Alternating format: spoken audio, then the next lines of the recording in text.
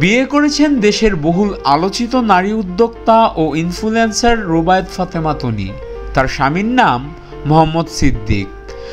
রোববার 13ই অক্টোবর রাতে সিদ্দিক নিজের ফেসবুকে তনি ও তার ছবি প্রকাশ করে তনির প্রতি কৃতজ্ঞতা প্রকাশ করেন। পরে রোববার মাঝরাতে স্বামীর জন্মদিনের শুভেচ্ছা জানিয়ে একগুচ্ছ ছবি প্রকাশ করেছেন তনি নিজেই। রবিবার দিবাগত রাতে সিদ্দিক তার ফেসবুকে ছবি শেয়ার করে লেখেন, আরও একটি বছর পেরিয়ে গেল, কিন্তু মনটা এখনও তরুণ।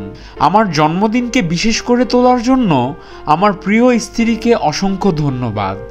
তোমায় অনেক ভালোবাসি। আর তনি তার পোস্টে লিখেছেন, জন্মদিনের শুভেচ্ছা।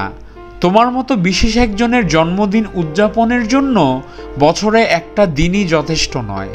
গত বছরের 7ই অক্টোবর ব্যাংককে চিকিৎসাধীন অবস্থায় মারা যান তনির দ্বিতীয় স্বামী ও ব্যবসায়ী সাদাত হোসাইন। তনি ও তার প্রয়াত স্বামীর মধ্যকার বয়সের ব্যবধান নিয়ে ব্যাপক সমালোচনার শিকার হয়েছেন তিনি।